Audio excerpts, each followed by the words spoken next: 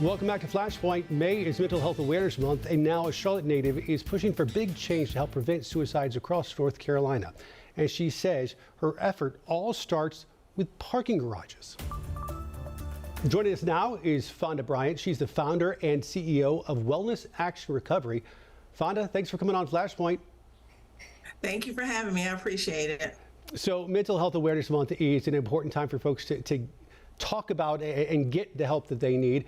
And I know for you, it's a very personal issue as well. Explain. Yes, I am a mental health and suicide prevention advocate, but it comes from personal experience. I was diagnosed with clinical depression 28 years ago after a suicide attempt. And ever since then, I have dedicated myself to getting out here and educating people, because even though mental health is physical health, people don't treat it that way. People treat mental health almost like a plague to a certain degree. The stigma around mental health is one of the biggest reasons, is the biggest reason why people won't get help. And once you educate people, you get rid of that stigma. So for me, being an advocate is all about educating people to let them know it's okay to get help, is that we can recover and we can live a good life. Up in the General Assembly, the North Carolina House introducing the Fonda Bryant Suicide Prevention Act to try and get more resources to folks who are in a bad space. What does this bill specifically look to address? It's specifically addressing suicide in parking decks.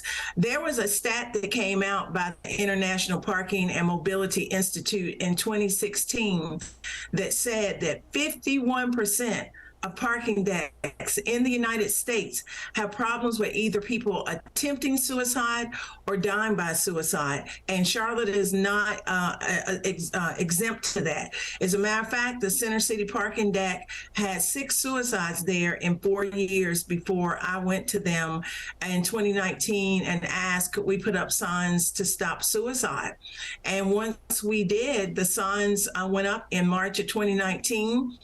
And we made it all the way through a year, going into 2 years. And unfortunately, a 17-year-old girl went up to the parking deck and jumped because my signs weren't visible enough. They were only in the stairwell, and you would only see them if you were coming up the elevator or in the stairwell. And after she died by suicide in December of 2020, I went back and said, hey, we got to make these signs bigger and more visible. And we did. And since December of 2020, we have had no suicides in parking decks. And to me, I know in that particular parking deck, and I know it's because of the wording on those signs, you're not alone.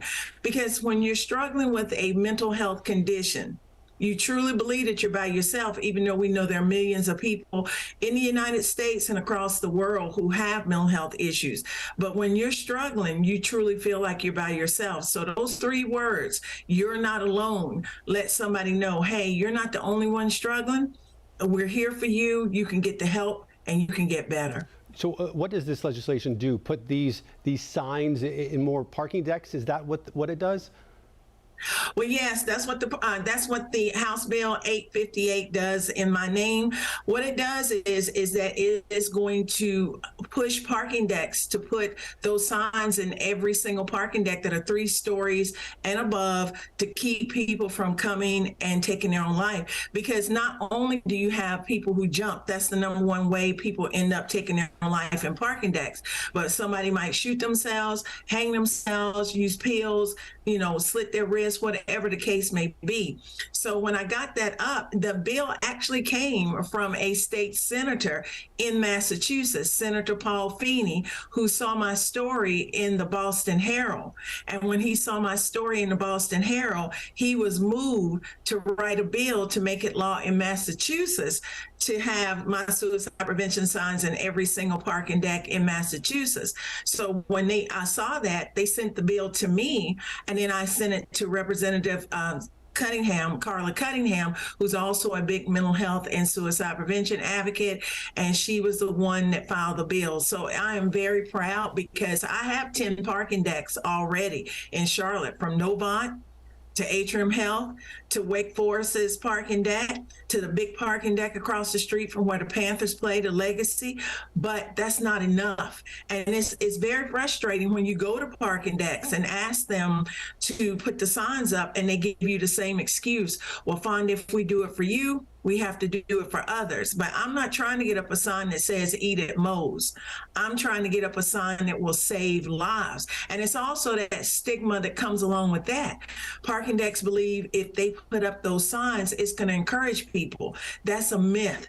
If we talk about suicide, we can stop it, as obvious as it's showing by my signs that are up in the Center City Green, that we've had no suicides in 2 years. But we have a lot of parking decks in Charlotte and across North Carolina, and we need those signs up to deter suicide, but to also to help those who are struggling reach out, get to call that phone, use their cell phone to call those numbers that are on the sign and get the help that they need to start the journey of mental wellness.